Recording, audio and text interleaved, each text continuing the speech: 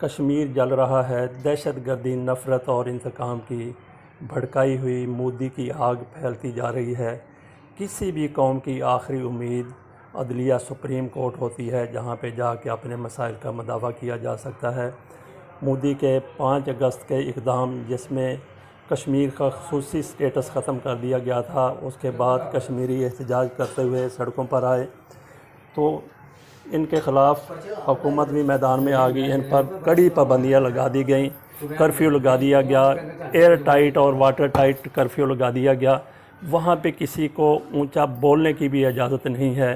تو یہ لوگ امید کی آخری کرن سپریم کورٹ کے پاس گئے۔ سپریم کورٹ نے ان کی داد رسی کے لیے وکلاء کو بلایا، اس کو بلایا، اس کو بلایا، فلاں فریق کو بلایا، فلاں فریق کو بلایا، لیکن ہوا کیا؟ ہوا کچھ بھی نہیں۔ پہلے 1 اکتوبر تک سماعت ملتوی کی گئی اور اب مزید 1 مہینے تک سماعت ملتوی کر دی گئی ہے۔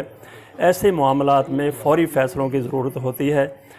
کہا گیا جی کہ اس دن ہم فیصلہ کریں گے کہ مودی، اس دن سماعت کریں گے کہ مودی کا اقدام 370 کو ختم کرنے کا کیوں کیا گیا۔ مودی سے پوچھا جائے گا، مودی جواب دے گا، ان کے وکلاء جواب دیں گے، خاک وہ جواب دیں گے۔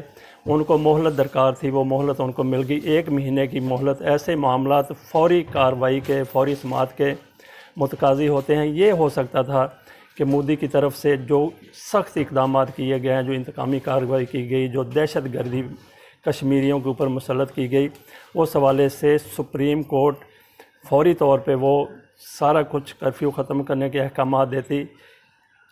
بے شک اس 370 کو بحال نہ کرتی، لیکن فوری طور پہ کرفیو ختم کرنے کے احکامات دے دیتی اور اس کے بعد اگلی سماعت کے اوپر پھر مزید کارروائی کر لیتی، جس میں 337 کے خاتمے کے بارے میں اس کی قانونی حیثیت کیا ہے، اس بارے میں فیصلہ ہوتا رہتا، سماعت ہوتی رہتی، بات ہوتی رہتی۔